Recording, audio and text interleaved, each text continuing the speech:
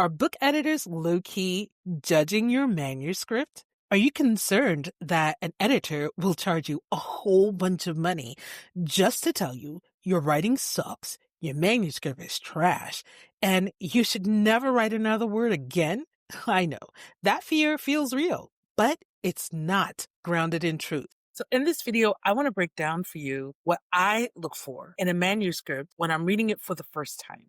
And what inspired this video is that I just finished wrapping up another editorial assessment for a client. And I was like, you know what? There are definitely some things that I have a tendency to look for in a manuscript. So let me share it with the people. So if you're worried about hiring an editor, please don't. Editors are there to be your word's best friend. And in this video, I'm going to break down how your business book bestie is here for you, helping your manuscript shine. I'm Denise Renee, your business book bestie. Here is my signature book, and these are some of my clients. I help professionals write books that make their business, career, or thought leadership brand visible. So besties, let me tell you, I am an old school editor. I like to print out my clients' manuscripts, read it old school style with my readers on, with a pen in hand. Now, if you know me, you know I'm gonna have me some cute pens around. They're gonna be glittery or blingy or colorful or something. I like to make notes and write in the margins, ask questions, and these are things that I get back to my author about. So that's how I like to work. And as I was finishing up on this particular project today, I just jotted down some hand notes to come and share with you really quickly. So the first thing that I look for in a manuscript is, can I fall seamlessly into your world? When I'm reading a text, I want to just be like, Calgon, take me away. Listen, Linda, if you grew up in the 80s and you remember that old school commercial, listen, I'm kind. Okay. So, yeah, I just want to be whisked away into your world. Whether I am reading a novel, short stories, or even when I'm reading nonfiction, I want to come into your world. You are writing a world for me. Whether you're showing me how to accomplish a specific task, whether you're telling me your personal story, or you're writing a piece of fiction. I want to experience that world seamlessly. Please do not leave me with a whole bunch of questions. And your task as an author is to make sure that the scene that you're seeing in your head or the things that you're thinking in your head, you actually put it down with the words on the paper. And so that the words on the paper communicate everything that I, as the reader, need to know. If I have any questions, you certainly have a problem, right? Like, I shouldn't be asking basic things like, well, when exactly did this happen? Or where is this happening? Or, I thought you said earlier that X, Y, and Z. So I definitely am on the lookout for holes in the timeline. So if you're telling me a particular story about how you help the client or something like that, and you give me some details here and then other details there, and there's an implication that a certain amount of time has passed, I need you to tell me how much time has passed. Was it 1 week, 1 month, 1 year, 1 decade, 1 century? What happened? Like, don't leave me hanging. All right.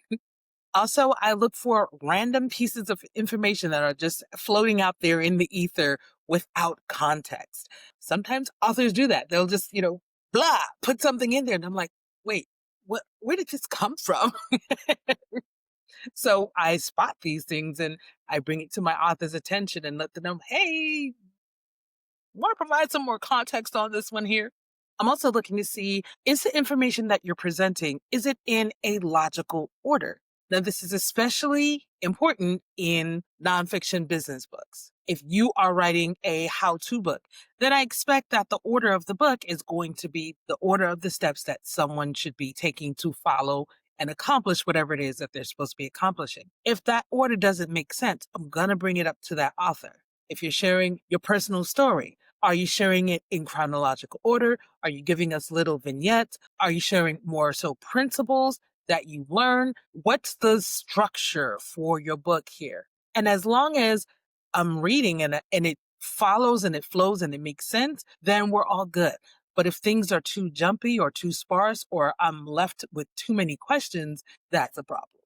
Now, sometimes when it comes to fiction, maybe things are not necessarily in chronological order because that's just a stylistic choice of the author. That's perfectly fine.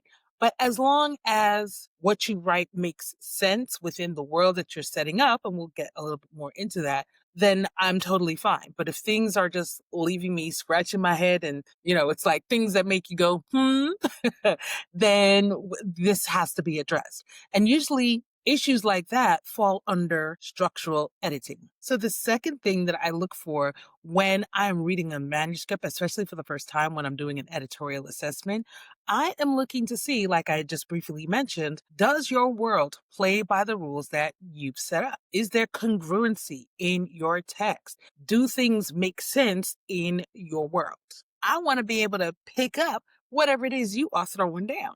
And so again, this falls under structural editing. And there's so many different ways in which a text can give off signs and clues that we need to work on the structure here a little bit more.